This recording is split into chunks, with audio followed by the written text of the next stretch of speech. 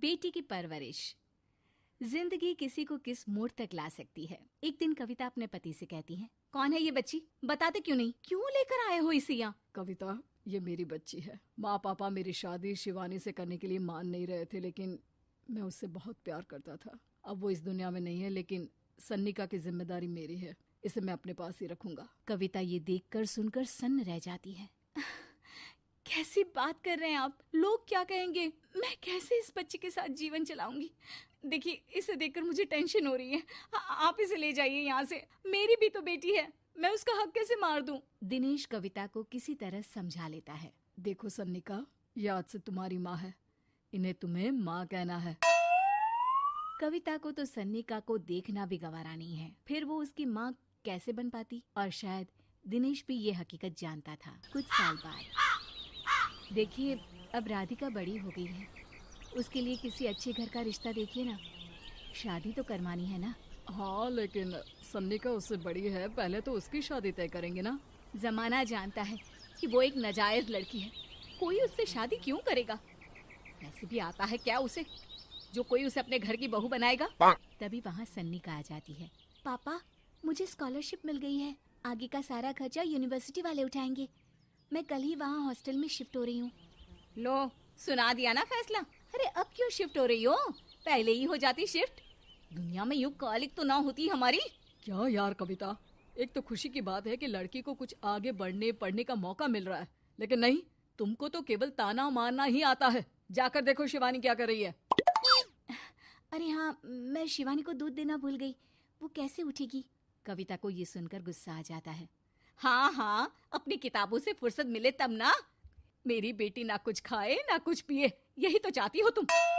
सन्निका, जिसने कभी कविता से बात ही नहीं की थी, क्योंकि वो उसे हमेशा कोसती, वो वहाँ से बिना कुछ कहे निकल जाती है। खाना तो पूरा बन गया, अब जाकर आराम से पैकिंग करती हूँ, कल वक्त से निकल जाऊंगी। देखिए जी, वैसे तो ये लड़की मुझे एक आंख पसंद नहीं, अपने कमरे में पैकिंग कर रही है। अरे मुझसे तो कभी बात भी नहीं करती। आप साफ साफ बोल दीजिए उसे कि घर से जाएगी तो सारा काम कौन करेगा? उसकी माँ। माँ का नाम सुनकर सन्निका भी वहाँ आ जाती है। नहीं, वो कैसे करेंगी, वो तो मर गई है ना। उस मनहूस औरत को मेरे घर में याद करने की कोई जरूरत नहीं है, समझी? वैसे भी ना होते हुए भी तेरी शक्ल में लगता है कि वो हमारे बीच में ही है हमेशा से। तो ठीक है ना, जब जा रही हूँ तो क्यों प्रॉब्लम हो रही है आपको? सन्निका घर से निकल रही थी। कविता ना चाहते हुए भी सन्निका को रोक लेना चाहती थी, और वजह थी सिर्फ उसकी सोशल लाइफ का डिस्टर्ब हो जाना। किटी में कविता की सहेलियाँ कहती हैं, क्या बात है, तू परेशान सी लग रही है, सब ठीक तो है ना? क्या हुआ, उस सन्निका ने फिर कोई तमाशा किया क्या? अरे नहीं नहीं, चली गई, वो तो ऑक्सफोर्ड की कोई एनजीओ है, उसकी स्कॉलरशिप मिली है। मेरा भाई बता रहा था कि उसका तो फ्यूचर ब्राइट है।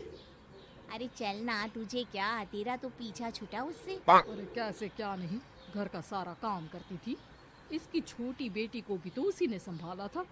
याद है, उसकी छोटी बेटी का जो केस हुआ था, वो भी अपने सर ले लिया था। हाँ, तो बदले में सारा खर्चा भी तो हम लोग ही उठा रहे थे ना। और पता है, वो मुझसे बात भी नहीं करती, जैसे पता नहीं मैं ही उसके माँ के मरने के लिए जिम्मेदार हूँ। अरे खुद को क्यों दोष दे रही है? तूने जो किया शायद कोई नहीं करता। कविता को समझ में नहीं आ रहा था कि उसके साथ ऊपर वाले ने ऐसा क्यों किया। वो शाम को घर आती है। आज तो बहुत खुश होगी तुम, एक बला से छुटकारा मिला ना तुमको। बेचारी की जिंदगी नरक बना कर रखी थी। वो तो कहते हैं ना, ऊपर वाला सब देखता है। देखो, चुन लिया उसने अपना रास्ता। कविता का मन तो करता है कि वो पति को सब कुछ सुना दे, लेकिन सामने सास खड़ी होती है। ये तो है, बेचारे को खाना बनाने से लेकर घर के सारे काम करने पड़ते थे। बाहर का भी कोई काम होता तो वही देखती। अब देखते हैं घर का काम कैसे होता है। तभी कविता की बेटी उसके लिए चाय लेकर आ जाती है। लो माँ चाय। कैसी रही किट्टी? अच्छी थी बेटा, खाने में कुछ बनाया है क्या? हाँ, सन्निका दीदी जैसी ही सब्जी बना दी है, आप रोटी बना लो। और हाँ, कल मैं चली जाऊंगी इलेक्ट्रिक बिल और राशन लाने के लिए। अच्छा अच्छा, पैसे मैं दे दूंगी। सन्निका कार्ड दे गई है ना? हाँ माँ, एक कार्ड तो देकर गई है। अरे चोर नहीं थी वो, मेरे बेटे का ही खून है। पता नहीं कितना घमंड भरा है इसमें। अरे छोड़ो ना माँ, जिसको जो बनना था वो बन ही जाएगा। अच्छा माँ, कल चलना है उसके कॉलेज में, सभी पेरेंट्स को बुलाया गया है। अब कविता तो जाने से रही, तो हम ही साथ चलते हैं। हाँ बेटा, उस बिन माँ की बेटी का है ही कौन। अब क्या था, कविता का गुस्सा फूट पड़ता है। हाँ, आप लोगों के जैसे तो इंसान नहीं देखे मैंने। अरे मेरे सामने ही अपनी नाजायज बेटी को लाकर बिठा दिया। रोज मैं उसे देखती तो एहसास होता कि कैसे आपने मुझे इतना बड़ा धोखा दिया। जरा सोचिए तो, अगर ऐसा ही कुछ मैंने किया होता तो। अरे रहने दे, क्या नहीं किया तूने उसके बदले में। उस मासूम के साथ क्या क्या करती थी सब जानते हैं हम। अरे छोड़ो ना माँ, ये तो एक बात लेकर बैठ जाती है। चलो सोने चलते हैं। अगले दिन दिनेश और उसकी माँ सन्निका के कॉलेज में जाते हैं। कैसी हो बेटा, मेरा नाम रोशन करना। जरूर पापा। ये ले बेटा, पैसे रख ले। नहीं, वो कविता ने काट दिया है। अरे बेटा, वो माँ है तुम्हारी, उसका नाम क्यों लेती हो? अरे हटाओ भी, क्या ही क्या है उसने इसके लिए, क्यों माँ बोले। तभी वहाँ सन्निका की टीचर आ जाती है।